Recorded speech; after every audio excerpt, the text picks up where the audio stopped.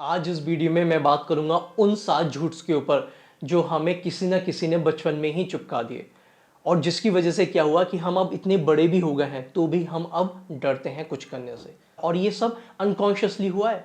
ये ऐसा नहीं है कि हमने जानबूझकर किया हो। हमारी सबकॉन्शियस माइंड में इस टाइप की इंफॉर्मेशन अनकॉन्शियसली गई है जिसकी वजह से हम लोग अब फिक्स माइंडसेट में आ गए हैं। और हम चाहते भी हैं ग्रोथ माइंडसेट में आना, लेकिन हमारे लिए बहुत मुश्किल हो पा रहा है क्योंकि बचपन की इंफॉर्मेशन है ना, बचपन के ओल्ड बिलीफ्स बने हुए हैं और उसको जब तक ब्रेक नहीं करेंगे तब तक हम लोग ग्रोथ माइंडसेट में पहुंच भी नहीं सकते।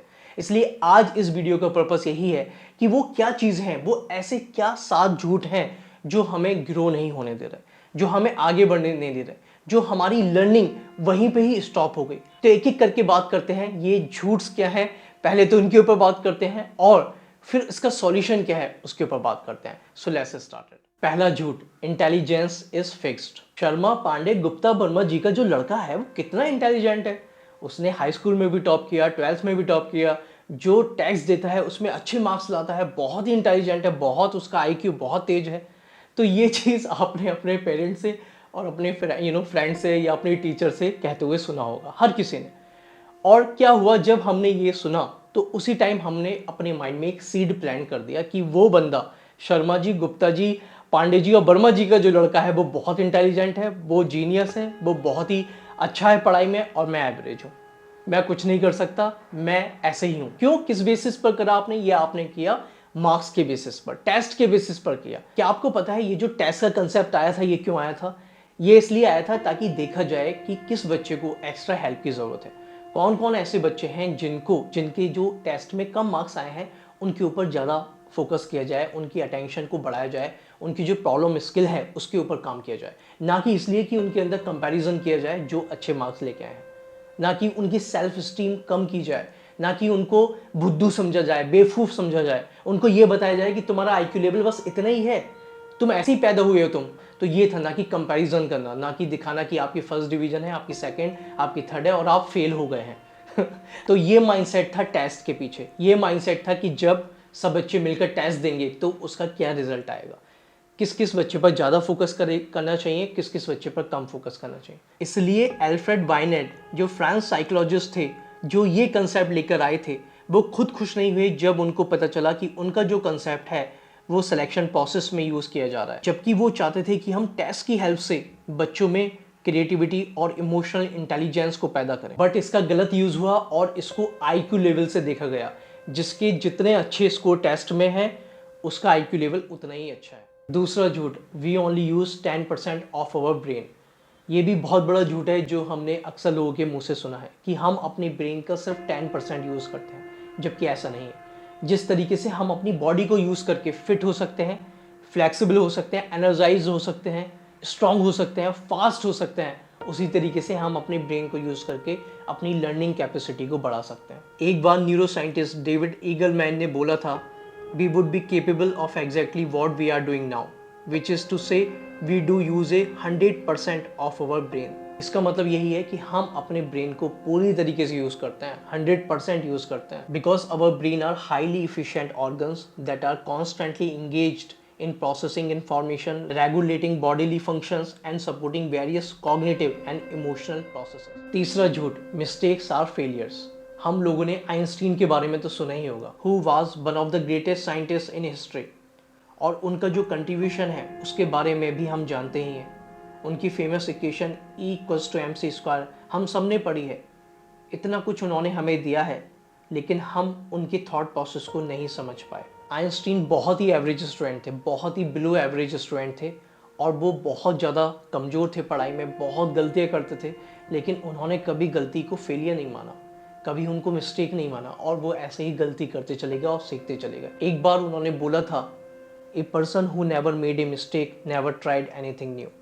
लेकिन हम लोग मिस्टेक को फेलियर्स मानते हैं।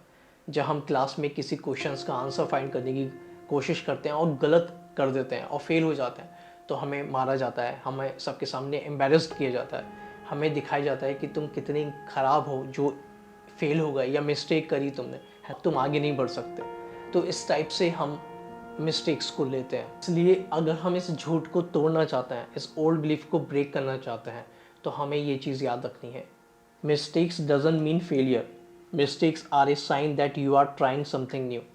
When we learn from our mistakes, they have the power to turn you into something better than you were before. चौथा झूठ, नॉलेज इज पावर। क्या सच में नॉलेज पावर है?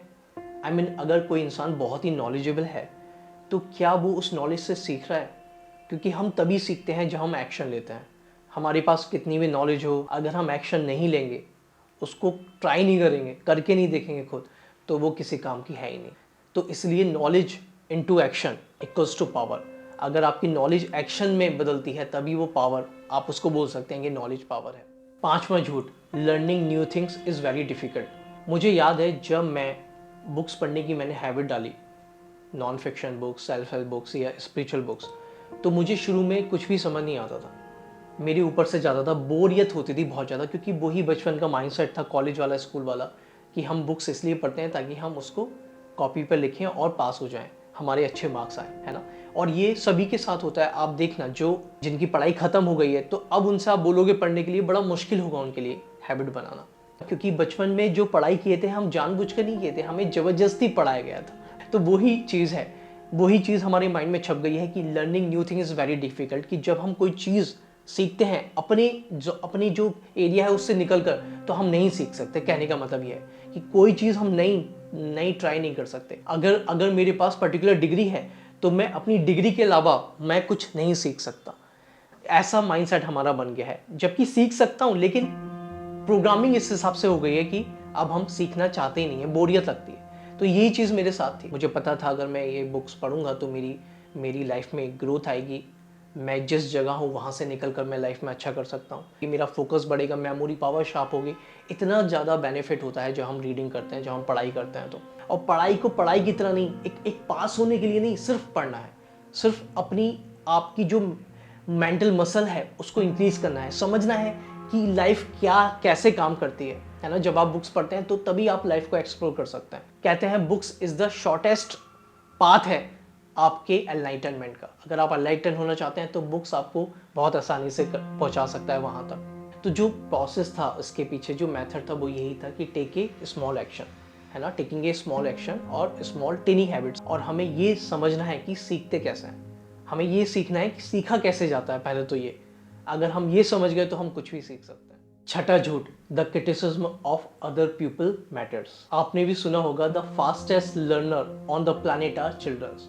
और उसके पीछे यही वजह है कि उनको कोई फर्क नहीं पड़ता कि कोई उनके बारे में क्या बोलता है। वो 100 बार खड़े होते हैं, 100 बार गिरते हैं जब वो वॉक करना सीखते हैं। तो उनको फर्क नहीं पड़ता कि उस टाइप का जो फियर है, एम्बेरसमेंट का फियर या लो सेल्फ स्टीम का फियर, इस टाइप की जो फियर है वो उनके माइंड में आता ही नहीं है। ये तो हम जब बड़े होते चले जाते हैं, यही जो बच्चे हैं जब बड़े होते चले जाते हैं तो उनके माइंड में आने लगती हैं। और सोसाइटी की वजह से, लोगों की वजह से, हमारे ही लोगों ने उनकी ऐसी कंडीशनिंग कर दी है। तो इसलिए जब भी आपके माइंड में इस टाइप का ख्याल आए तो इस चीज़ को याद रखिएगा।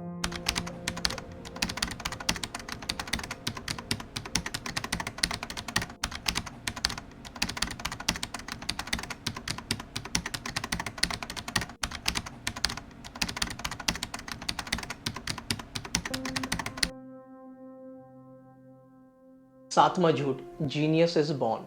ये भी झूठ हमने कई बार सुना है कि जो गॉड गिफ्टेड होते हैं, जो जीनियस होते हैं, वो पैदा होते हैं। ऐसा नहीं है। जीनियस तभी आप बन सकते हैं जब आप प्रैक्टिस करते हैं, उस काम को इतनी अच्छी तरीके से करने लगते हैं। प्रैक्टिस कर कर कर कर कर कर वही चीज़ आपको ऐसे लेवल पे पहुंचा देती है जब लोग आपको उस नज़र से देखते हैं।